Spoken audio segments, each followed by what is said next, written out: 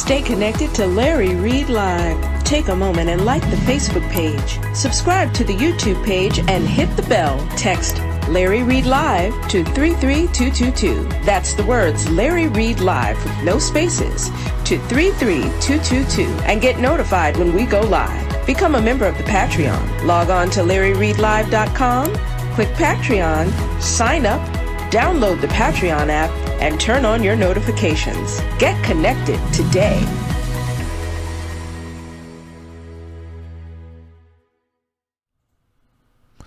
This platform discusses any and all information that has been made known to the public in any way at their own. If the information creates convo that needs to be had, then it could become a feature story on the LRL platform. Now remember, I'm not a journalist, I'm a commentator. And all of the information here that is shared is always assumed alleged, but the commentary is real. But tonight we have an interview, so I don't even know if this applies. Let's get ready for Larry Live. Take a moment, hit like, hit share, and let's go.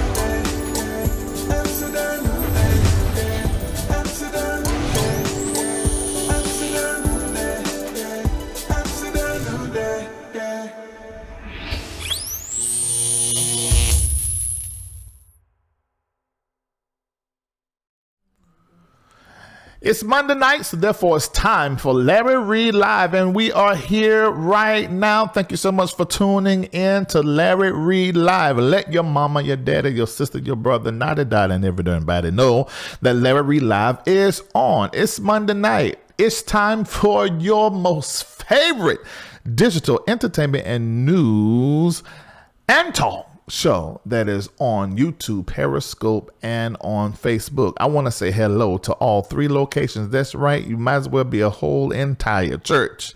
The storefront church over there in Periscope and the mega church, Facebook and YouTube. Though thousands of you will be on tonight to have our normal weekly conversation. But you got to remember, make sure that you text Larry Reid Live with no spaces to 33222 so that you will know that we are on set. And sometimes we pop up and I shoot you a text and let you know I'm on, talking about something that's done happened in our community on the news that I deem conversation worthy, or you tell me that you want me to commentate on. So make sure you take a moment to text Larry Reid Live with no spaces to 33222. And I want to say thank you to all of you that are patrons, and you should become a Patreon, because really like the exclusive partners and those that are very committed to the success of this platform.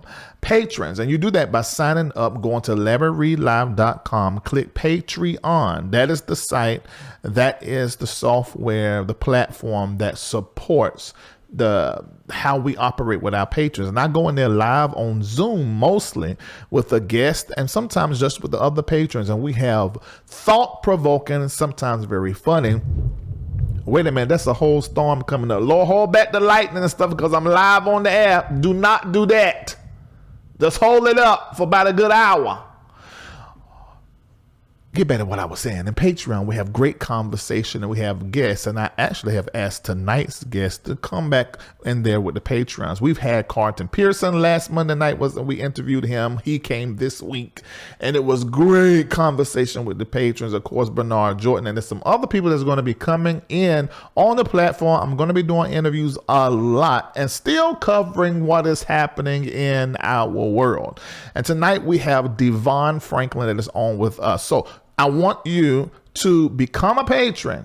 And if you become a patron tonight through the 30th of the month, you're going to receive a code. You got to inbox me inside of Patreon, a code where you can download my last book called Let the Church Say Change, as opposed to Amen. So if you sign up, become a patron, inbox me there, and I will shoot you the site where you can go and download the audio and also the PDF, because I'm going to go through it with you. It was forwarded by Dr. Mark Sharona. I'm going to go through it with you. Of course, I have other great minds who will come in the Patreon and have the discussion with us. And we're starting with this book, but we're actually going to do some other books over there. So you want to make sure you get over there, because it's not just about talking about behind the scenes or whatever we discuss here and those exclusive conversations, but it's also about the LRL that is just for Patreon.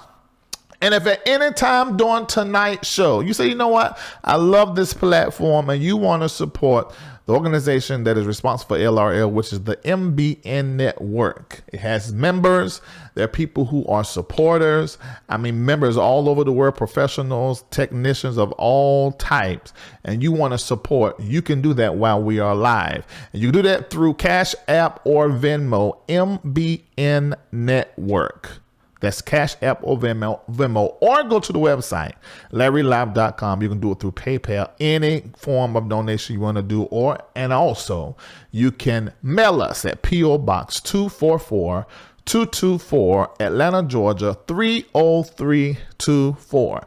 Now tonight, I want you to really turn up all of your devices. I want you to give us about 50 minutes, because we're going to have a conversation with Devon Franklin. Now you may say, I don't know who Devon Franklin. Some of you may not know.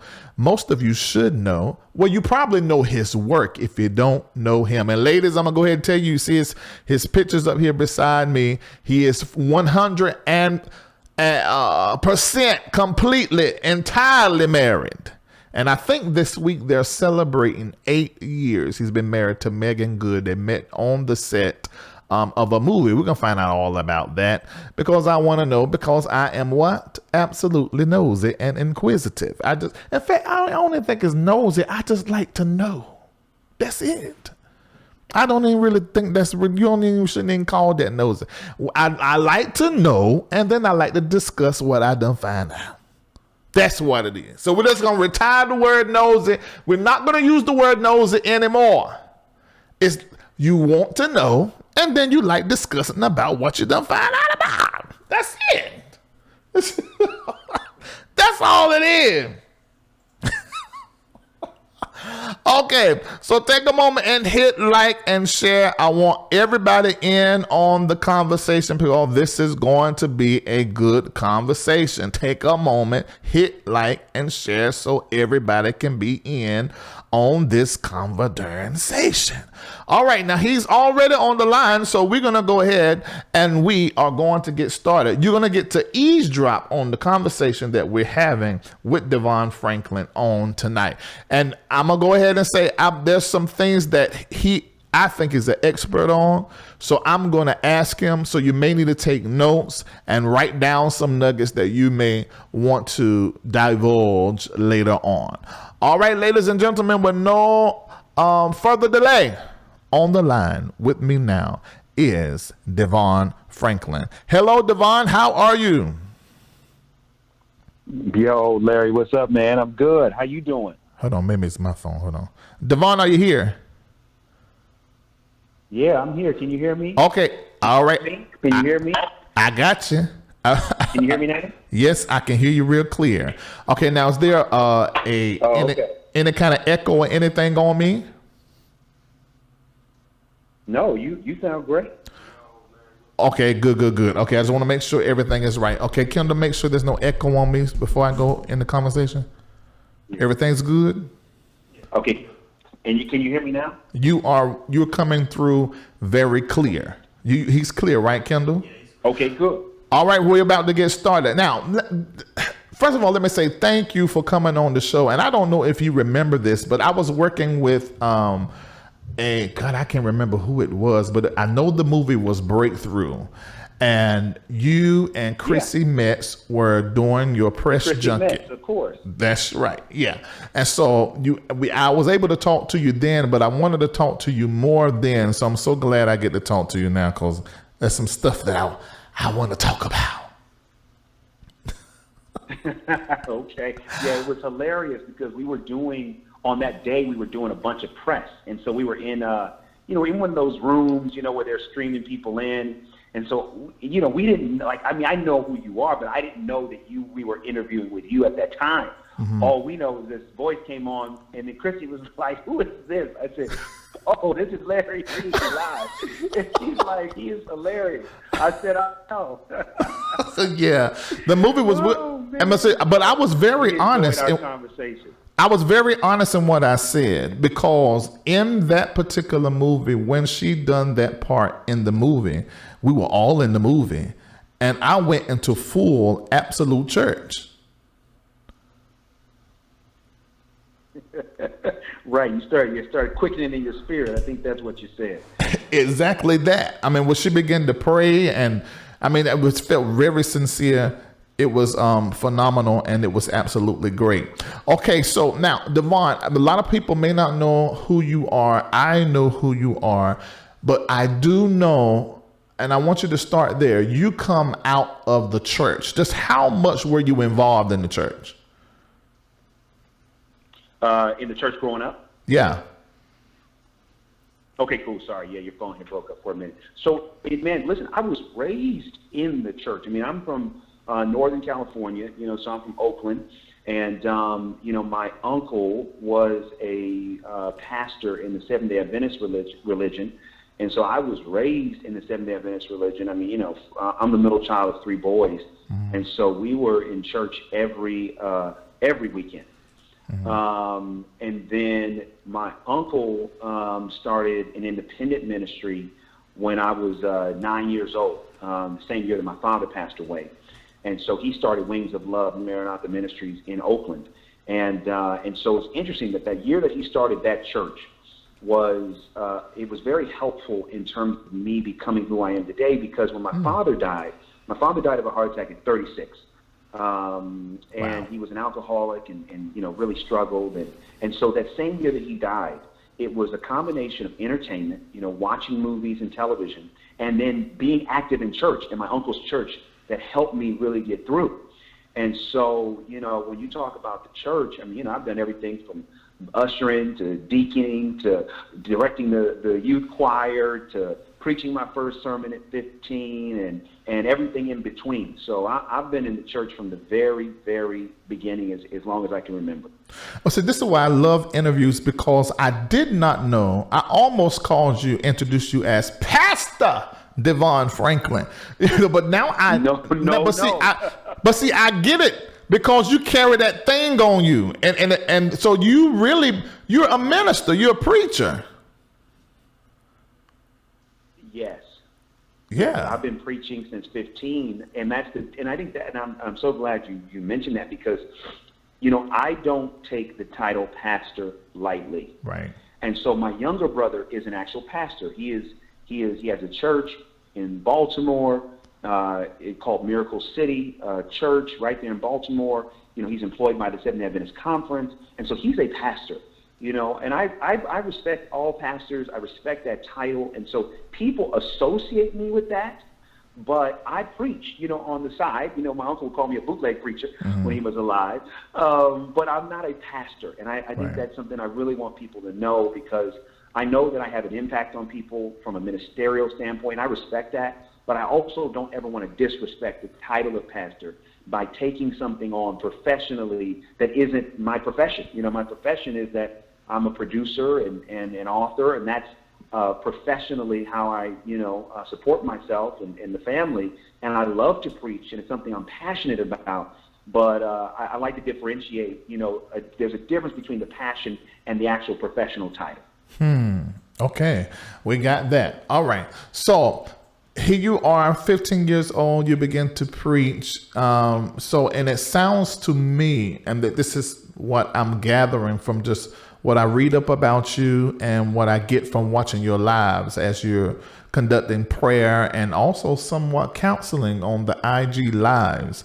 I don't know if you guys have ever seen that, but it's really important to follow him on IG Live because it's really, I'm going to use the word magical as people call in and you just jump right into their situation and give them advice and encouragement. I think that's wonderful. So that's where your roots come from. And is that the reason why your trajectory has been the way that it is? It's like you started in the church, you were the personal assistant with Will Smith, worked in Sony, and then you stepped out on your own and began to do these movies that really are faith-centered. So tell us how that transition was into Hollywood and then using Hollywood as a tool to minister. Yeah, so it's all come very organic. So I wanted to be in entertainment because I felt like, well, if entertainment could help me navigate the passing of my father, and we're talking about movies like Back to the Future, and The Color Purple, and the Rocky franchise, and movies like The Cosby Show and A Different World. I mean, entertainment played a major role in my upbringing, and I felt like, well, okay, if it can inspire me, then maybe I could use entertainment to inspire others. And so that was really the focus for me wanting to get to Hollywood. And so at 18 years old, as you mentioned, and here's the thing, because I started preaching at 15, everybody wanted me to go into ministry. And I would tell people, I'm like, no, I'm going to Hollywood. And my uncle would say, well, you can run, but you can't hide. And I said, well, look, I'm running real fast, okay, because I am not trying to end up in this pulpit. That's not what God has called me to do. So, people would say, well, you're going to Hollywood, you can't make it. It's Sodom and Gomorrah. It's the devil's playground. You're going to have to compromise your faith. You have to give up. And I just said, you know what? I don't believe that. Let me go find out for myself. So at 18 years old, I went to Los Angeles.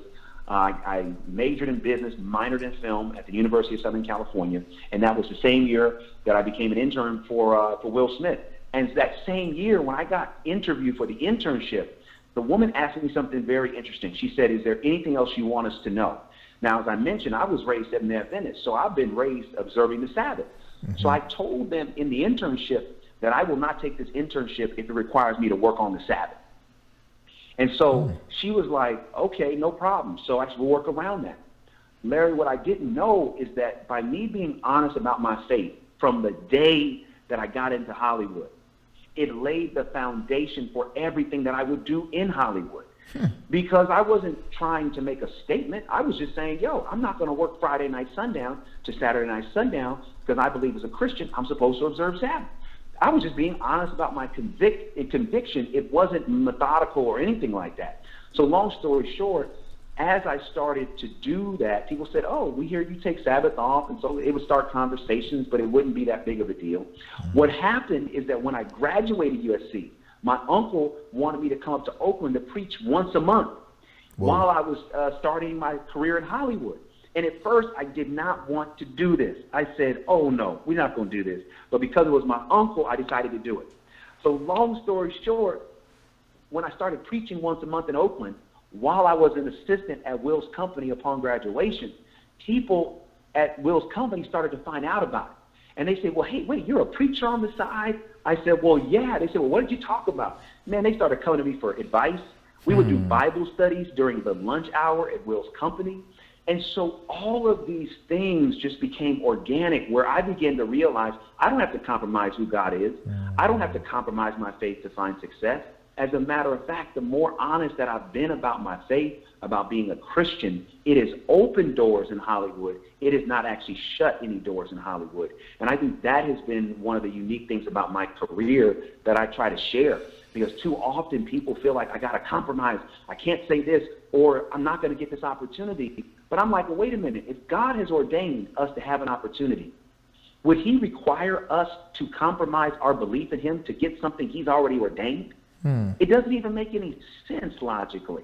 So that is what has led me to this moment of just being honest about my faith, being passionate about faith, and using entertainment as a vehicle to get faith to the world in any way that I can. Now, see, I want to talk about that. And this is why it's so important for you guys to hit like and share right now, because this is the conversation. We're coming up on the conversation, one of the conversations I want to have with Devon Franklin, because you're talking about entertainment, and you go between the entertainment sector and the pulpit, or the entertainment producer to preacher, back and forward. I have a question for you. Which pulpit do you prefer? The entertainment pulpit or the actual pulpit? Larry, okay, I'm not going to have a straight answer for you, and I'll tell you why. Okay. The entertainment pulpit, I love, because I have a chance that very few people in the world have, which is I'm an out-of-the-box, open, very vocal Christian, who has been able to find success inside Hollywood. Now I have a deal with Paramount Pictures. I have a deal with Netflix, streaming service. I have a deal with CBS Studios. So I'm a Christian who hasn't compromised, who has the opportunity to get content to the world. So that pulpit is a pulpit I know God has called me to. Mm-hmm. So I'm completely committed to that call. The thing that I like about the church pulpit is the freedom of expression. So for me, I'm a creative person. And so, the films take years to develop, right? So I just got off a development call just now where I'm working on a movie, and I love to make movies, but even if I'm moving quickly, it's going to take years to get a movie to the screen. Yeah. But being in the church pulpit, I get a chance to express myself. I get a chance to be creative. And so it's an outlet that I equally find important, because it gives me that expression that just making a movie doesn't quite fulfill. And also because I have this ability to communicate, I need an outlet to be able to communicate. It's like you have this platform where, your gift is communication. And so if you could only communicate through a piece of content once in a while, you probably would go crazy. So for me, It's a similar thing that I don't need a pulpit to communicate. I believe that I can communicate through social media. I can communicate through television. There are many ways that I can communicate. So I've got to have that outlet for me to feel satisfied. But I equally appreciate the opportunity to put out content and to have an opportunity to communicate. Okay, I got that. That's clear. Do you feel, as relates to the evangelism of the world and impacting the world, do you feel as though the pulpit that entertainment has uniquely created for you is more impacting in the world sense than the pulpit that you have in the four walls of the church? Oh yeah, no, there's no question. Entertainment, for sure, without a doubt, is more impactful. Okay. There's no. I mean, listen, I could preach every day to thousands of people a day, all year, and it won't even total how many people saw Breakthrough in opening weekend.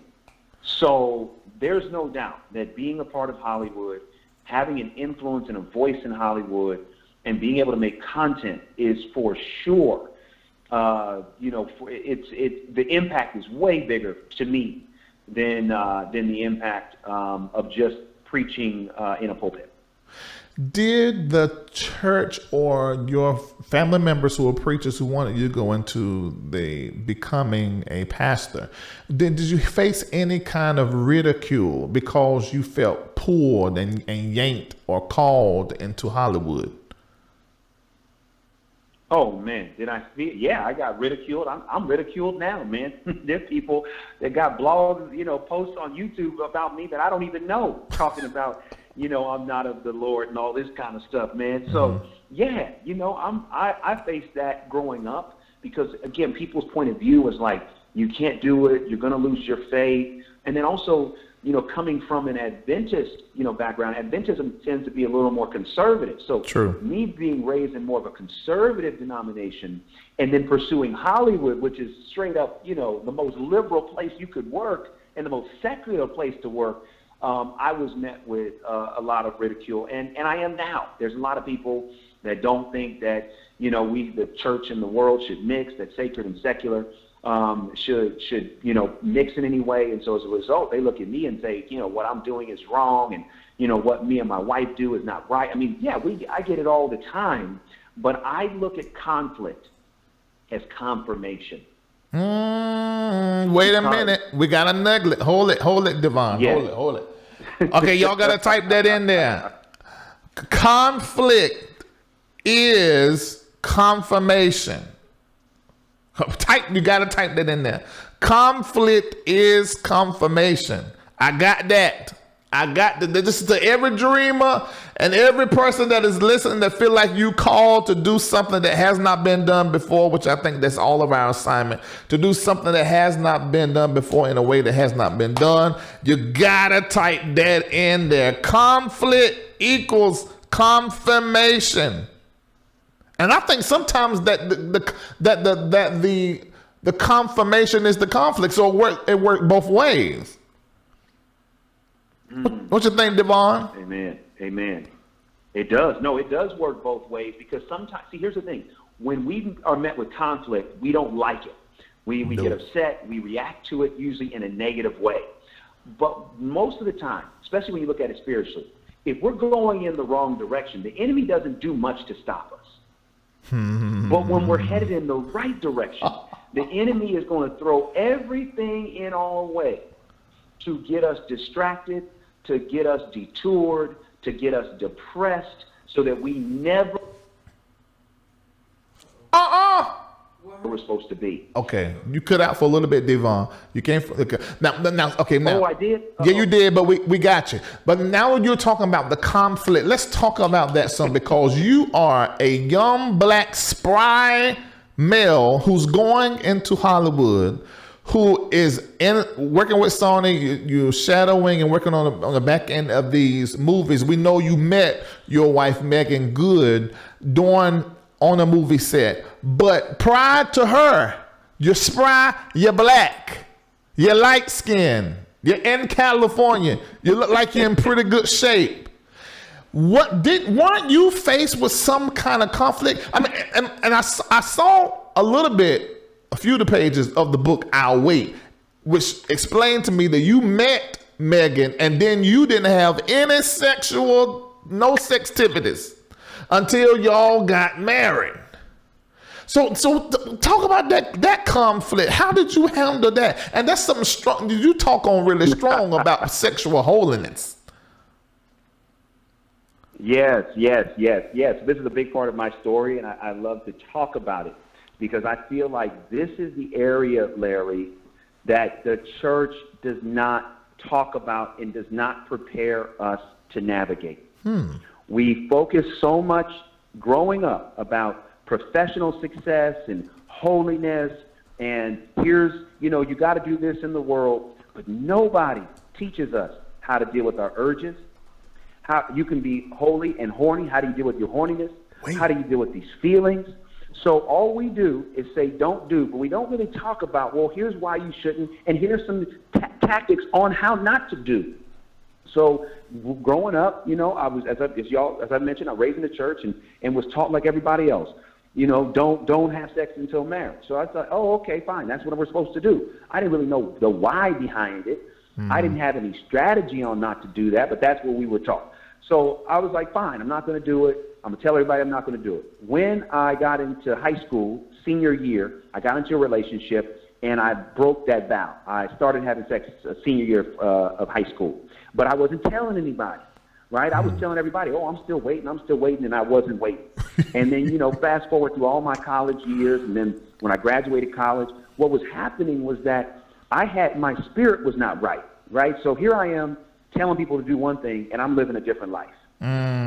So it was like, yes, there was that conflict of who I am, but who I'm presenting. And there was a tension between the two.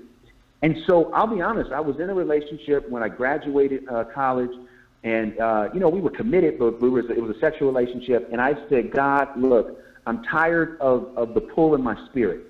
I need to reconcile who I am with who I present myself to be. And as a result, I need some help, because I'm in this relationship and I can't stop. So I need you to get me out of the relationship. And so it wasn't. It was a couple months later where circumstances happened where we both decided we were going to part ways. And from that moment, I said, "Okay, Lord, I'm going to wait until marriage to have sex again." And I had no idea that I wasn't going to get married for years to come.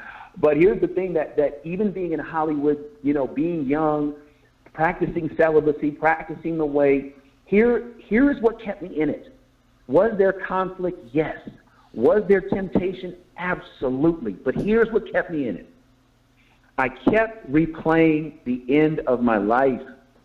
And I kept having this vision that if I didn't get disciplined over sex in my life, that I would get to the end of my life and I would meet God. And God would have his hand raised and say, "Devon, here is what I wanted to do with you." But then all of a sudden he would lower his hand and say, "Here's all I could do with you." Because you had no discipline in this area of sex, you could not fulfill the full destiny because you didn't have enough discipline to carry that destiny. And so, Larry, for me, as difficult as it was, and that even though I was waiting, it didn't make me a perfect dater. I wasn't perfect by any stretch of the imagination in terms of my dating, but I did keep that celibacy vow because I really wanted to have discipline in that area. And so as I started to practice that discipline, I began to see, oh, got it, you can do it. It has to be a mindset. And even in the church, we don't talk about a mindset because so many people just say, well, I'm just going to do it, and, God will just have to deal with me later. And I say, yeah, that's true. There's grace and mercy. But if you can get discipline in your sex life, then there's nothing you can't do in this world. Wait, hold on.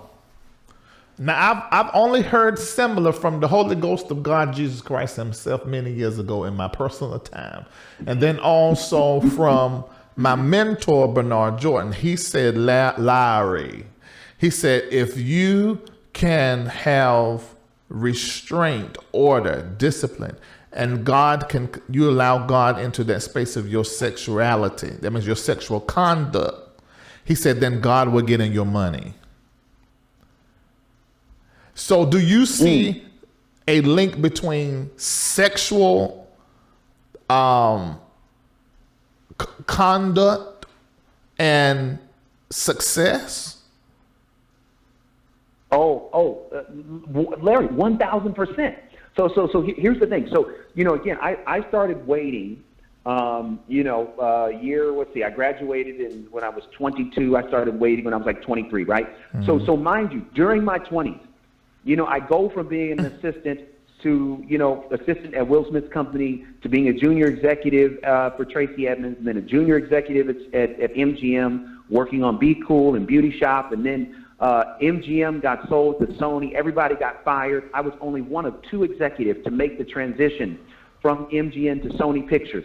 I worked on everything from Pursuit of Happiness to 70 Pounds to Hancock to 21 to Pink Panther 2 to Jumping the Broom to Karate Kid remake, all these movies. While I'm an executive, I released my first book, Produced by Faith, which is what, got me on the radar of Oprah Winfrey and has been such a major, asset to my career. All of those things happened in the span of 10 years, and I'm only giving you the highlights. Absolutely, there's a direct link between discipline in our sex life and money and success, because it's almost like when we get disciplined there, I believe we exhibit the capabilities of being able to handle more. And a lot of times when we don't have discipline in our sex life, it becomes very difficult to manage the other things that we're praying for. And so, yes, I think that what Prophet Jordan has said has some merit because I've seen it bear out in my own life. Okay, now hold on for a minute. Tonight, this is an altar call moment. All of you that's involved in all of those different sextivities, that those of you with pass around puss, community peen. Listen to me. Pastor Devon Franklin is saying, bring it to Jesus. And if you put it on the altar tonight and give God some time, your money going to switch and change. You're going to find yourself successful everywhere. So right now, this is an altar call moment. And all of us going to clean up. We're going to clean up our life. And I'm going to say this. Bishop Devon Franklin. I'm going to say this, that the reality is, I know what you're saying is the truth. And I don't know, it's just the truth for my life. And I'm not, and that's the only way I can put it. When you start bringing sexual integrity, sexual, and I'm not talking about suppression. I'm not talking about anything that will cause your mind to split and you start having some other kind of fetish, that you're giving yourself those same dopamine shots to your brain through. No. But when you really begin to heal and bring management and organization in that sexual component and define some things and realize some things and put some lines of demarcation, it does clear everything up. And it does cause you to become more successful in other different areas. So I would have to amen Dr. Devon Franklin tonight. Yes. But Larry, I want to hit in on that point because it's really important. Two things. One, I want to hit clarity, and then I want to hit suppression. Okay. Here's the thing that happens, right? When and again, I go back to those times when I was having sex prior to making the vow to wait again. The number one asset someone has, especially when they're dating, is good judgment. Keeping your ability to have perspective, clarity of thought. And the number one thing that sex attacks the most is good judgment, perspective, clarity of thought. And I was waiting, and I was allowing not that energy not to go there. I had the thought to be able to listen. I wrote my first book at 33 years old, right? I've written 4 books since, right? So I'm like, how did I have the clarity? Because I wasn't putting all that energy into the bedroom and the back seats. I was like, how am I going to get to the boardroom? And taking that clarity and that perspective and applying it to a pursuit of destiny. So important. The other part of it I want to hit is suppression. It is so important. Too often in the church, we suppress these feelings instead of saying, yo, I am horny right now. What do I do? I'm having these feelings. How do I handle them? Anything we suppress, we empower. So we got to stop suppressing. This is why the church is in a lot of trouble, is because we keep suppressing these feelings. We keep suppressing these thoughts. I believe that anything that we resist persists. So even as I was navigating these years of waiting, I didn't suppress. I acknowledged, wait a minute. I got these feelings, Lord. Let me put this into something positive. Let me make a phone call. Let me talk to one of my brothers. Yo, help me. How do I keep my commitment? It's so important to not suppress. It's so important to be honest about how we feel, because that transparency leads to real transformation. That is so powerful. Because in my experience, I realized that suppressing even sexual energy, which is very natural, it can manifest in aggression and violence. It can manifest all different types, deviancy. It's like a neurosis begins to happen. You go out of your mind and crazy. So it's not a matter of suppression, but it's really walking, having the feeling, allowing it to become a thought, then maybe thinking it through on what will be the outcome. Do you want that outcome or not? See yourself after it's over, when you got to go back home, maybe to your wife or to your spouse, or face your church pastor, or face your son, husband, because you went and stepped out on their mom. And doing things of that nature in my personal life just caused me to make better choices. Now, I'm still in the space where I have to guard what I say, because I'll say something and talk and have a conversation, and then before I know it, the conversation done switched on me, and I'm getting all these naked pictures. I'm like, wait a minute, wait. That ain't what I was trying to do. I was just having a conversation, just laughing and cutting up. And now you sending me everything God done gave you from the very top of your head to the sole of your feet. Why is you doing it? And then I'm saying, okay, now Now I was like, okay, now I got to curb this thing and change this thing now, because I want nobody mad with me because they thought they're gonna get to this point, and you're not gonna get over there to that point. Okay, now thank you so much for sharing that with us and giving us that. Now, when as relates in that same world, because I know there are a lot of people that are watching me who are battling pornography. Now, I was looking through your book. I think it was called The Truth About Men by Devon Franklin. You guys are saying it now. What men and women need to know, the truth about men, which I think is, I mean, all of his books are good, but this one really jumped out to me. Maybe it has to do because I'm a man. I don't know. But you talked about pornography being harmful. On any level of relationship. Can you talk to us about that? Yeah, so in the book, the fundamental concept is that every man, now this is probably true for women as well, but I didn't write the book, about what women need to do better. I think that so often there's all these books out there that want to tell women what they got to do, but there's not enough books that tell us as men what we got to do. True. So this book is all about the work that we as men have to do. And so the fundamental idea is that every man struggles between two things, love and lust. Love is selfless, and lust is selfish. I call love the master. I call lust the dog. For us as men to become the men we were called to be, we have to master the dog within. Because one of the reasons why we as men have so many challenges is because we're allowing the dog. And so when I talk about pornography in the book, I'm talking about we have to feed the master in us. We have to feed that love in us. We have to feed ourselves virtue and resist feeding ourselves vice. So whenever you're consuming pornography, you're feeding the dog. Whoa. You're empowering that dog. You're feeding that dog. And the stronger the dog is within a man, the more challenging it's going to be for that man to get control of that dog. Are we as men dogs? No, but we all have a dog in us. We got a puppy. So there's a puppy. That I believe. There's a puppy. Well, some it's a pit bull. And that pornography changed that puppy into that pit. There it is. And so in the book, I talk about there's soul food and there's dog food. Soul food is virtue. Dog food is vice. And so I put pornography in the dog food category, in that I believe that it's a vice that feeds the dog in a man, that doesn't feed the love in a man. And as a result, that's why I talk about it in the book as something that I think everyone should be mindful of.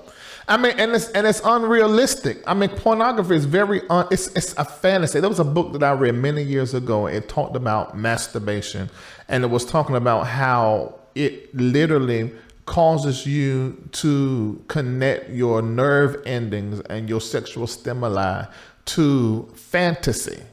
And it causes you to disconnect from what is real. It's a false intimacy that you give yourself that you can turn on and turn off and be in control of. And then when you get in a relationship where even sexually in a relationship, you follow a flow. It's sort of like you're going with the flow of each other's bodies, and you're interpreting what to do to pleasure and to please the other person, and they're receiving those same signals back. But in pornography, you're in control. It's all about you.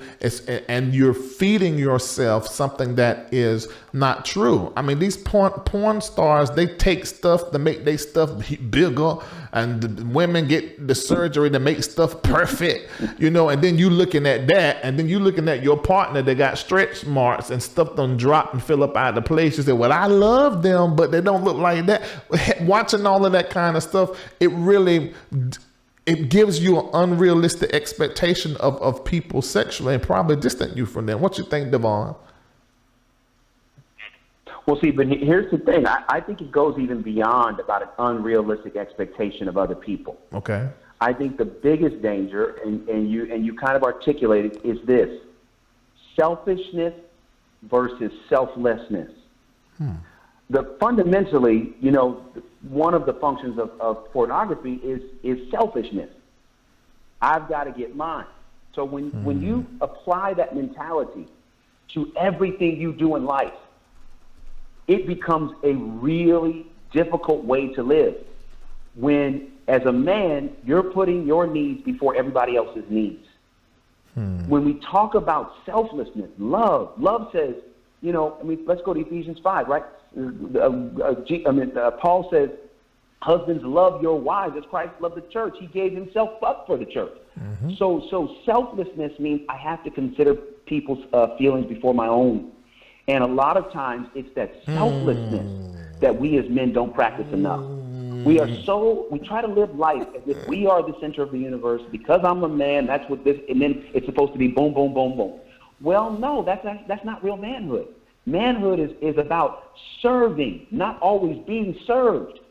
So this is why, pornography is not just about expectation. It's about feeding that selfishness, which then has negative ramifications in every other area of our life if we aren't careful. I do not know, and neither have I encountered any male. I don't know if you know, Devon, but I did pastor 20 whole years inside the four walls of the church. So that went with a whole lot of counseling and everything. I have never encountered a male that was a porno baiter. That means with porn, you masturbate, touch on yourself. I never seen a man that was involved in doing that was not terribly, chronically selfish and self-absorbed and emotional, turn within himself and then disconnect from the child, emotionally disconnected from their child, from parents, from their loved ones. I have not seen it. So I would have to concur with a lot of what you are saying to us. Ladies and gentlemen, if you're just tuning in now, hit like and press share. We are having a conversation with Devon Franklin. We're in the last leg of the conversation. What I want to talk to him about for the last 12 minutes of the show, I want to talk about racism. I want to know where Hollywood is going, what's going to happen with these movies, in his opinion. And I also have another question for him, but you don't need to miss it. We're going straight to a commercial. When I come back from this commercial, make sure you sign up for this offer that's coming from Sherry Murray. We'll be right back.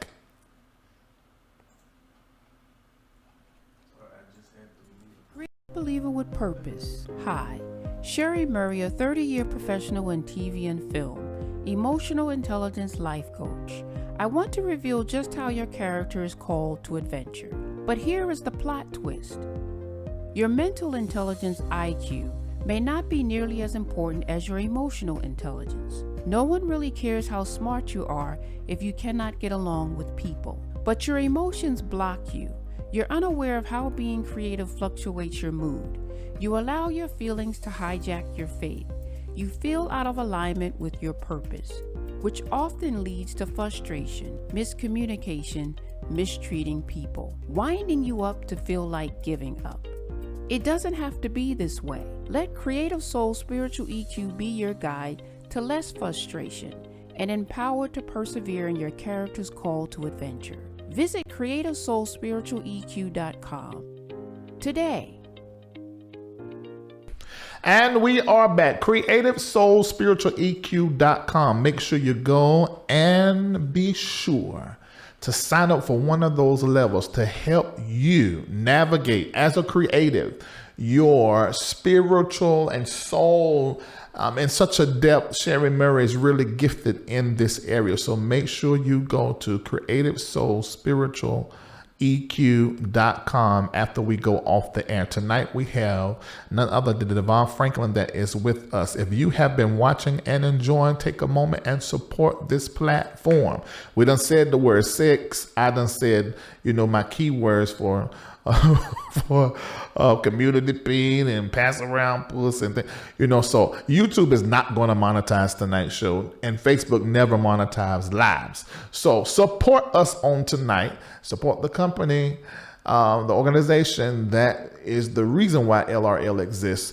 $MBNNetwork.org. That's 2 N's, and you do that on CashApp and also on Venmo, or you can go to LarryReidLive.com and click donate. Any size donation any of those cards that you may have, or you can send it in P.O. Box 244-224, Atlanta, Georgia 30324. That's P.O. Box 244-224, Atlanta, Georgia 30324. Thank you so much for watching. If I want you to hit like and share. This looks like there's a shadow ban on our live tonight, but thanks to the 2,000 of you across YouTube and Facebook, as about 2,000 of you, you're watching on YouTube and Facebook and Periscope live right now.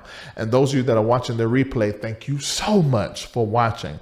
And I also want to let you guys know, since we are talking with practically a bishop and a pastor that just happened to be in between Hollywood and the Holy Sanctified Church, I want you guys to be sure that you're taking care of yourself. 24 hours of prayer. My mentor, Bishop Bernard Jordan, Prophet Bernard Jordan, 24 hours on the prayer line. You can go there. He's a mentor to people like Devon Franklin, but he's not his mentor, but I'm talking about he mentor people in Hollywood and all around the world. 24 hours of prophetic revival has been going on ever since right before the pandemic. 515-604-9266, 515-604-9266. Go over there. There's teaching going on, prayer going on, and times where people to sow a seed and you receive personal prophecy by one of the prophets. So make sure you go over there any time of the day. He is the author of Written Judgments. Before all of these curfews, quarantine, he talked about the disease that we're going to hit. He even talked about the black president. It's in his book, Written Judgments. Go to bishopjordan.com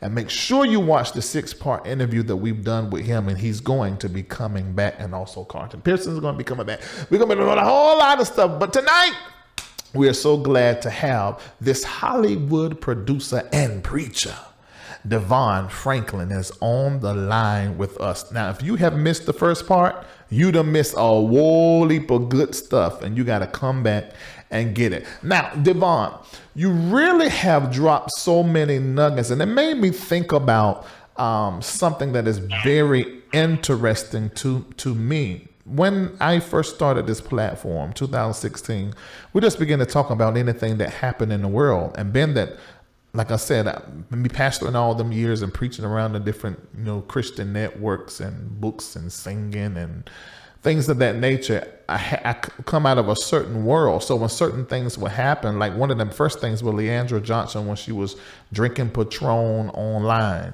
I got online and I talked about that. So I've discussed a whole lot of different things in the church, even pastors, when things will come out on them, because we only talk about what's public first. I will talk about it here.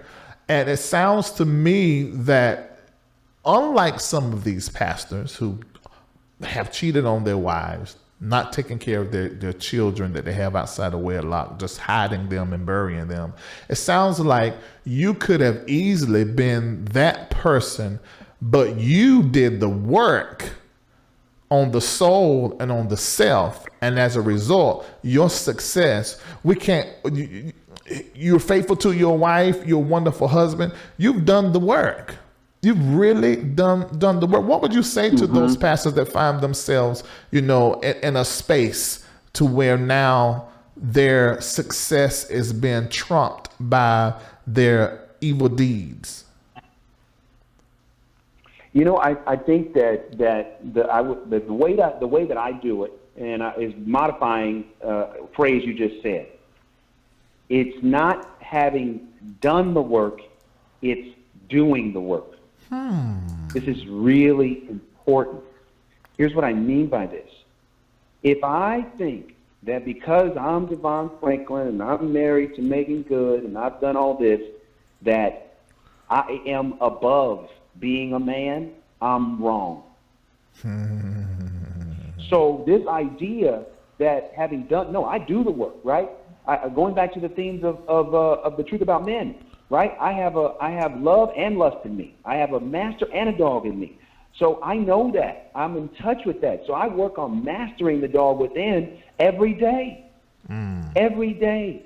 It's never, because here's what happens. I think sometimes we get to a place and we think, oh, I've made it. I'm done. Like, no, that's not the place I'm at. I'm like, I'm like Paul. Like Paul knew he had some thorns in his side. So he's like, okay, it's here. I know grace and mercy are sufficient, but I got to live and knowing it's here instead of being in denial. And I think that is the key, I believe, that anybody who is struggling in this area, you got to stop being in denial. You got to stop suppressing and resist the temptation to create an image that is completely different than who you really are. Because, Larry, that's when things really start. Because here, think about it. If there's a public persona that's far away from who you really are, and there are some issues that you don't want anybody to know about, it's going to add more pressure to those issues versus saying, hey, I'm not here trying to present an image to y'all. What you all see is what you get. Yeah. These books that I write, the life that Megan and I live, like, this is what it is. You know what I'm saying? Like, there's not like, there's a whole nother story out there. There isn't. But there could be if I don't do my work. If I don't stay in touch with the fact that I'm spirit and flesh every day. Every moment of every day, I'm spirit and flesh. And my flesh, the same way talked about in Scripture, the spirit is willing, but the flesh is weak. And because I stay in touch with that and I don't kid myself about that, I think that's one of the keys to managing it in a way where it doesn't become destructive and detrimental in my life. Okay, I want everybody, this is one of the critical takeaways, and I try to do this. I do this a lot in Patreon with my patrons after a show. But this is a critical takeaway, and I just feel like that tonight's show is really geared towards this. Devon Franklin is telling all of the men that you, without mastering the dog that is in you, I said it was a little puppy, and what you feed it determine what it is. You will inflict so much pain on a woman's life because you failed to master that dog. And he's really telling us that your sexual drive and your sexual conduct will cost you everything and injure every person in your life if you don't get this thing up on the altar. And I don't feel, listening to you, I don't feel like it's a bad thing to be an undeveloped man, or to be a man that is becoming, or a man that needs to work on themselves, or a man that needs to maybe grow up some or heal from some pain.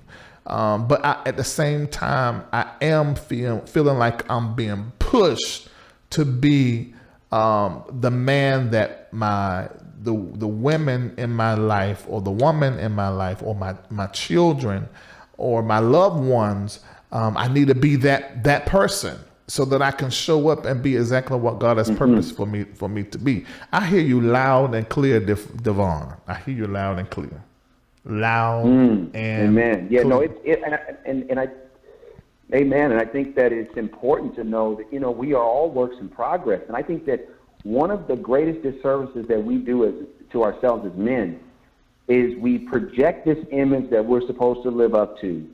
None of us, live up to it. And then, that image is what makes these other things much more challenging to deal with. So we all got to know we got to do our work. I believe there's one of two types of men that heal pain or men that inflict pain. And so it's important to make the decision to be a man that is going to heal pain, but it starts with trying to heal our own pain. And that heal our own pain starts with being honest. None of us are perfect. None of us have this figured out, but we got to commit to doing this work so that we stop. I believe, Larry, honestly, if we as men got our act together, we would see our churches transform, our communities transform, our families transform. This country would transform if we as men decided we were going to do our work. We were going to stop having women become accountable and responsible for our bad behavior. We were going to get discipline, and we were going to do our best to be the men we profess to be. If we made that commitment, things would change overnight. But until we as men get right, it's going to be really hard for the rest of our families, cultures, community to get right. And I'm gonna say black men. And with that being said, quick, and we're at the end of our interview. I don't want to take up all this time. Do you think media or Hollywood or film or reality TV, in your opinion, does it affect us negatively or positively, the media or the movies, or does it secure white privilege and how we view the white man? From the beginning of since Hollywood started, its power to shape hearts and minds around the world has persisted. And so, yes, the images that are portrayed in Hollywood, whether it be on the movie screen or on the television screen, play a vital role in how people are perceived, how black men are perceived, how women are perceived, what is permissible, what isn't permissible.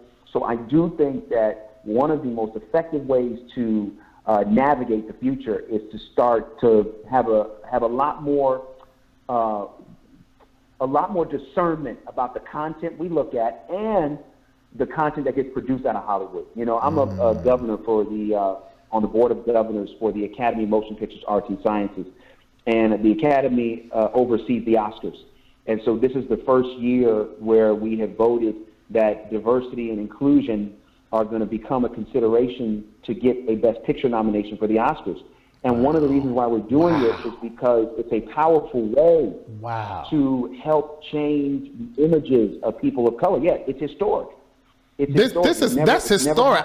You said it so quick, but I don't know if people got that. So Devon is not so there's something that is going that has one of the qualifications to become or to be nominated or be considered is that you have to have diversity. That reminds me of what Ellen Pompey said. You remember when she was in that interview, she said, I came into this on set and I did not see enough diversity. And we have to, it's a white woman that said this. She said, we have to have more diversity in Hollywood. She said, even the people that work in the back and people that was doing the food, everybody was white.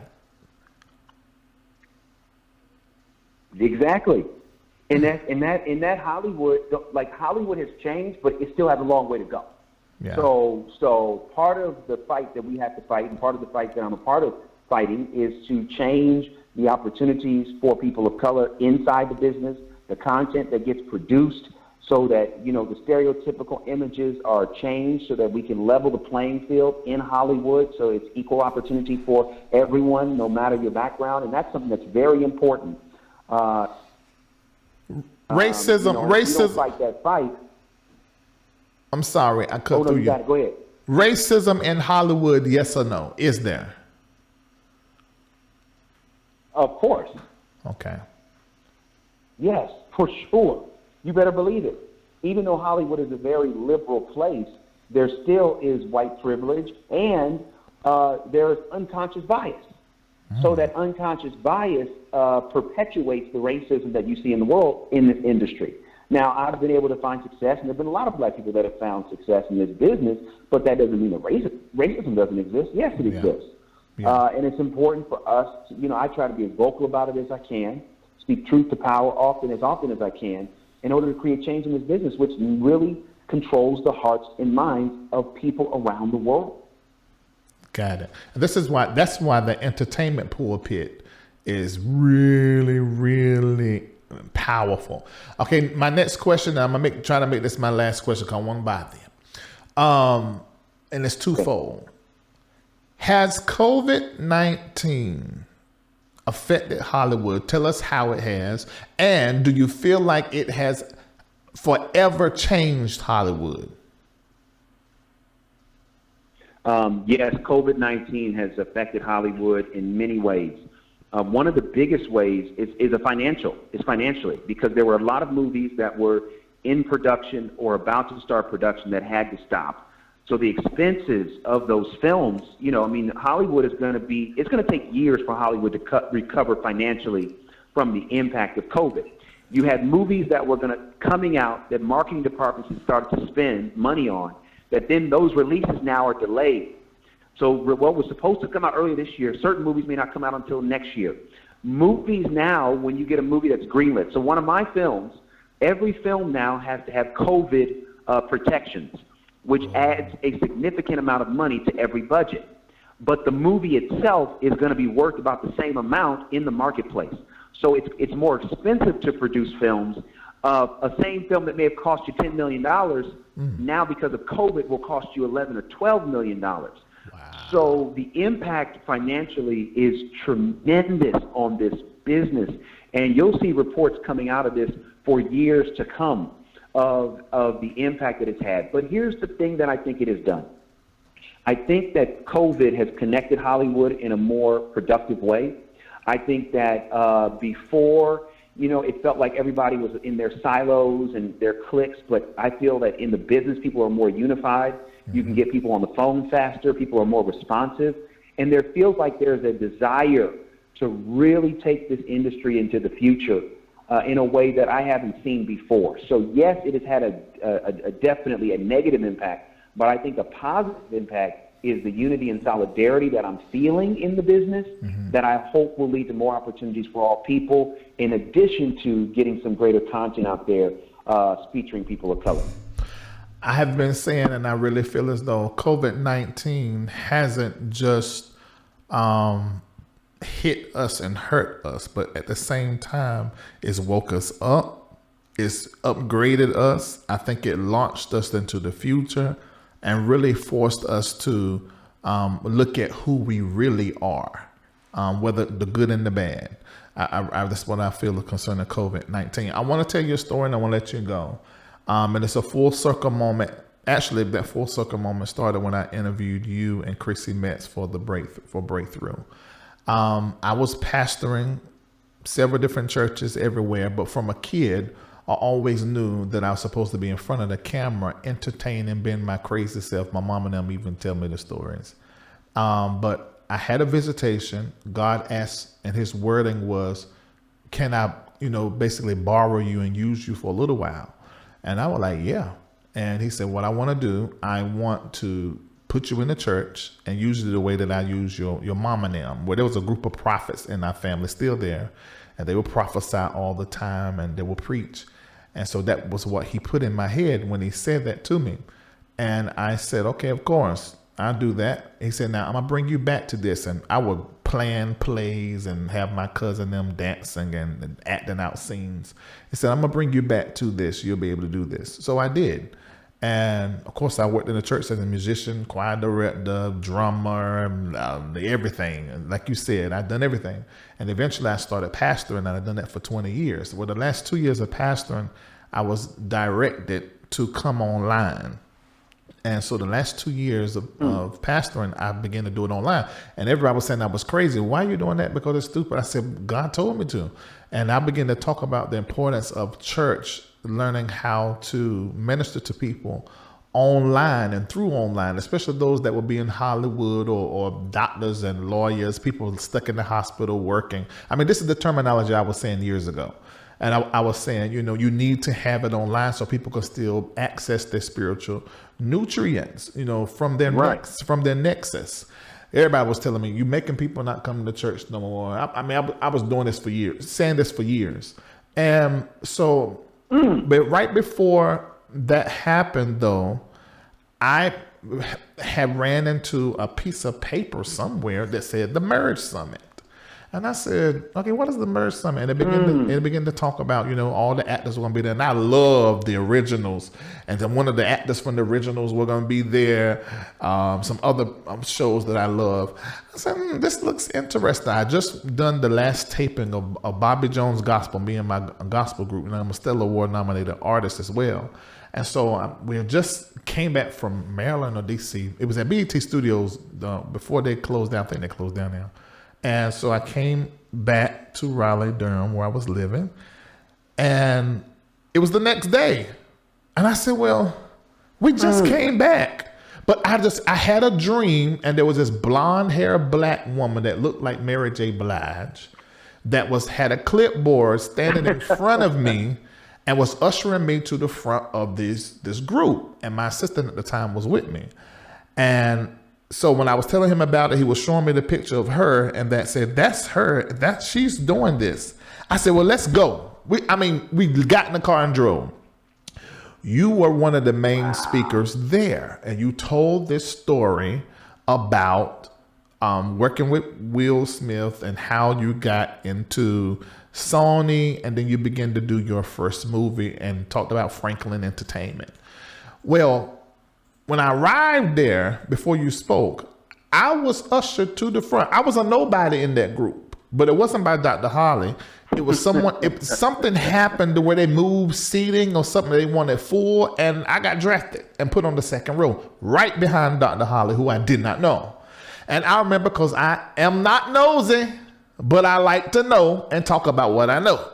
So I was sitting behind her, and she kept getting texts from Nene Lee. She was getting texts from what's that girl that was on the Akila and the Bee? What's the name? Keke Palmer, is that her name? Yeah, the different one would text.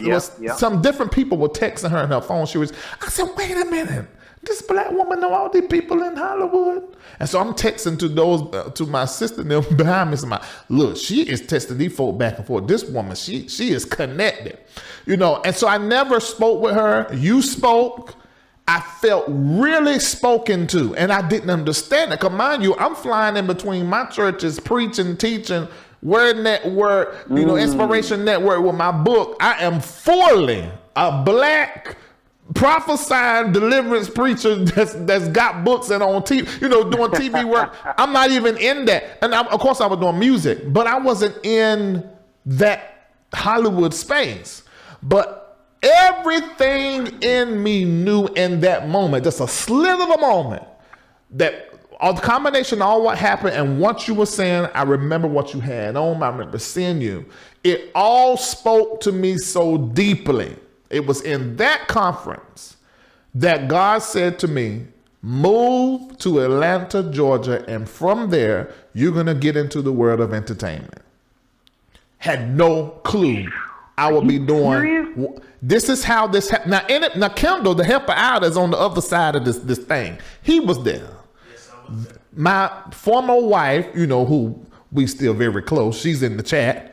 She knows about this because I texted her from there and said, right. God just told me something you're not going to believe. We got to move to Atlanta. Then all of that happened in that setting. So this is a full circle moment. So I just wanted to share that with you so you know how God has used you to inspire this platform, LarryReidLive. Wow, that is God. It's amazing. You know what I mean? That's unbelievable. I mean, who would have thought? In the merge, that was years ago, and you never have any idea who you're talking to and what God will do. But I'm just grateful that He planted the seed, and you're watering it and you're growing it every day, and it's crazy. Absolutely crazy.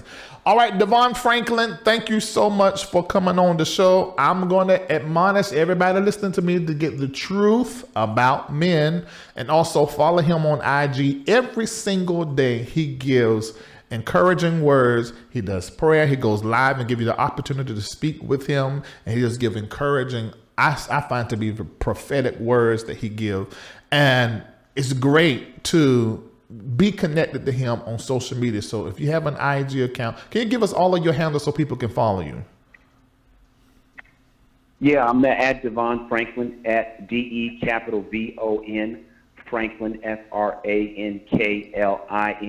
You can find me there on IG, on Twitter, as well as Facebook. All right. Thank you so much, Devon. And I will chat. I'm going to get with you about that thing I told you about. Behind the scene with the... Okay, yeah, I look forward to it, man. Thanks for having me, my brother. All right, thank you. All right, God bless. All right. So, ladies and gentlemen, now those of you that are patrons, you're going to get the opportunity to really hear some more things, because I want to ask them about how to get into the business. Some of you that are watching me, and you literally, know that you have been called to work in that world, or to do something new and different. So I want to take about 45 minutes with him and the patrons and go into Patreon on a live Zoom so that we can pour that out of him for those of you that are consistently supporting this platform. So becoming a patron now is so very important, because we have so many things. We do the entertainment and the funny here, and even the education sometimes, but the empowerment really happens there in Patreon. So I will suggest to you guys, I just turned it off in here. I will suggest to you guys to become a part and remain a part all year long. Now, this is what I'm about to do. What I'm going to do this month, I've already set this up. Now, y'all know I'm paper Bible saved. I'm crazy. And I liable to say anything out of my mouth and talk about anything you don't never know. When I pop up, I may go from the consecrated to the absolute crazy. But I'm paper Bible saved. And so I was thinking today, I said, in my personal prayer time, a lot of times, especially before I got to go out, on Mondays I go to chiropractor. And then usually I stop by Sam's too while I'm out and do some other little stuff because I got to go out there and do what I got to do in my essentials. And so I put that mask on my face and I just believe God I'm going to be all right. But I always get my anointing oil and say the blood of Jesus and rebuking the devil and all this kind of stuff. And for a flash of a moment, I thought in my mind a conversation I had with Bishop George Bloomer about a year ago. You know all that stuff going on with the Word Network with the white owner that painted the black face? Oh, yeah, I'm going to be doing that story this week, too, because there's some updates I need to tell y'all. I got to remember, Lord help me remember. And I remember him saying he had this impression from God about disease that was going to be release or coming in a time. He talked about the 4 horsemen of the apocalypse in the book of Revelation. And I said, wait a minute, let me call him. So I called him, and when he began to talk, he said, yeah, I remember that was during the prophetic college thing. I said, I want to bring you on the show to talk about that, because he was talking about how, because he done the whole book, Witchcraft in the Pews and the Casting Out Demons and all that kind of stuff. The fat George Bloomer, that version of him, is the one that was doing all of that. But the skinty George Bloomer is still the same, but he was the fill-in for the fat George Bloomer. So the skinty George Bloomer, asked him, I said, well, will you come on the platform? He said, yes. I said, and I need you to do Patreon as well. So we do a little stuff out here like we do with Jordan, but then on the back end, we do the deep stuff for the Patreon. And I asked him about that as well. Also, there's some A-ish, B-list Hollywood people that are going to be coming on the platform here. Now, you guys, you're the reason why we can have these conversations and do what we do here, because you like, because you share, and because you support this platform. Continue to support. There are a whole lot of things that we're going to be doing and conversations that we're going to be having. And for all of you that like to know what's going on, what this preacher done did, this done that, you have to be over there in Patreon, because a lot of that won't even make it out here in the public anymore. We just have it over there where nobody will bother us. And I'll be doing some investigative work. Now, y'all be surprised. I pulled this pastor and his side hoe on the phone the other day, and was able to get that worked out, and she deleted what she had online, and now he gonna handle his business right, and everything's gonna be all right. But it is other one that didn't, so y'all gonna see that posted in just a couple of days. But anyway, I hope you enjoyed it. It was great. Go back and watch what Bishop Devon Franklin said. All right, I'll talk with y'all later. See you later. Take care of yourself. And y'all wear your mask, keep your hands clean, and keep them up out your face, and be careful. Stay connected to Larry Reid Live. Take a moment and like the Facebook page. Subscribe to the YouTube page and hit the bell. Text Larry Reid Live to 33222. That's the words Larry Reid Live with no spaces to 33222 and get notified when we go live. Become a member of the Patreon. Log on to LarryReidLive.com, click Patreon, sign up, download the Patreon app, and turn on your notifications. Get connected today.